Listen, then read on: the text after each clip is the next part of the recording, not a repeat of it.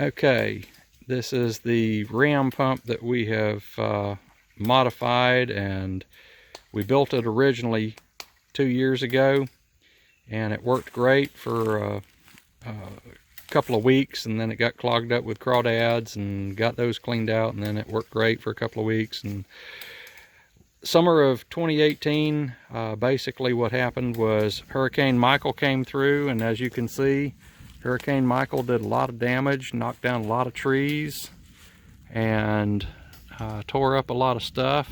And we were focused primarily on cleaning up around the house, and we just abandoned this project 2018 and 2019, or at the end of 2018 and all through 2019.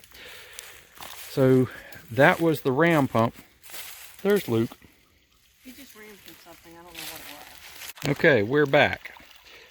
This is the dam that I built. Basically all it is just a bunch of cinder block that I laid down in this little stream bed here and filled them in with some sand. There's one that's empty I haven't filled in. That's a piece of tin that goes over some cinder block just to kind of keep it from washing out. And there's a big piece of tin right here that keeps it from washing out underneath on the other side. The orange cone serves as a funnel. The pipe, PVC pipe, goes up into the orange cone. And then I've got on the other side some big mesh screen hardware cloth. Again, that hardware cloth right there just serves to keep the leaves out.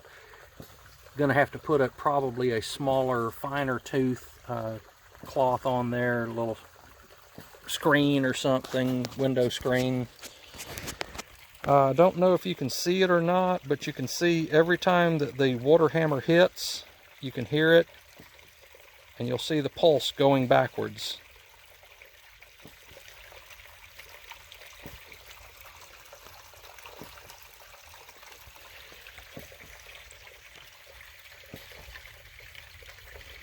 That's the water hammer going backwards. This is the drive line, and basically what it is 80 feet of PVC. I've got roughly a 5-foot drop back to where the ram pump was.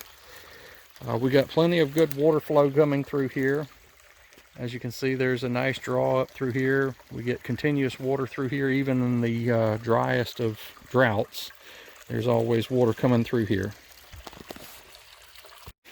Okay, so this is on the other side of this big old tree. Up there was the dam that we were looking at earlier, and then down here is the drive line until it eventually gets to the ram pump. And basically what we got is I took 2 sacks of Sackcrete and dropped them in the creek, and they just hardened up.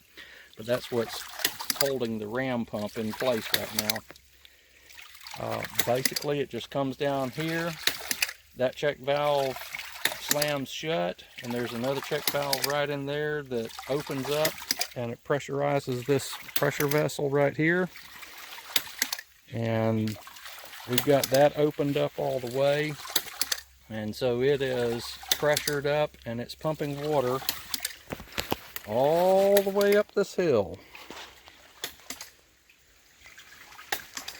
I'm guessing we got about a 40-foot climb in elevation from the creek bed right here up to where the garden is. And we got about a 280-foot run up to the tanks. Okay, so these are the 3 totes at the top of the hill where the garden is. These 2 were purchased a couple of years ago, and we connected them together with some just simple hose clamps and a fitting, and put them in with a hose bib right there so that we could run both of them simultaneously. We picked that one up a while back, and last summer, and it's filled up, but we filled it up with the church water pump.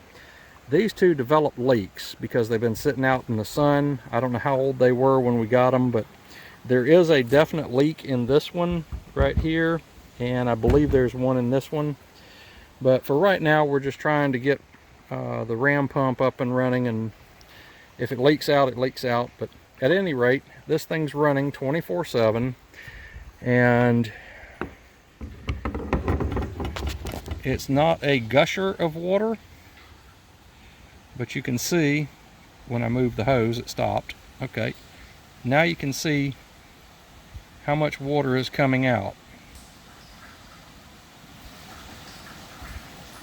So that's being pumped uphill, probably 40 feet in elevation and 280 feet in distance. And it's free, no electricity, no solar. It's all through hydraulic pressure. So what we're going to do now is measure how many gallons per hour we're getting. And I'm just going to set this hose right here and start a timer. And we'll check back with you in just a little bit. Okay, so after letting the ram pump run all night long, came back, and I don't know if you can see it against the sunlight, but our tank is filled up to right here, which is 400 liters. Convert that to gallons later on. I'm guessing there's probably, I don't know. We'll do the math later on. But it did not fill up because I believe there is a leak in the plastic somewhere, because I see it dripping right there. So I might have a problem with the tank here, which is disappointing because I paid 75 bucks for it 3 summers ago. In order to get some more water, I'm just going to go ahead and open up the valve and let it flow over to the other tank.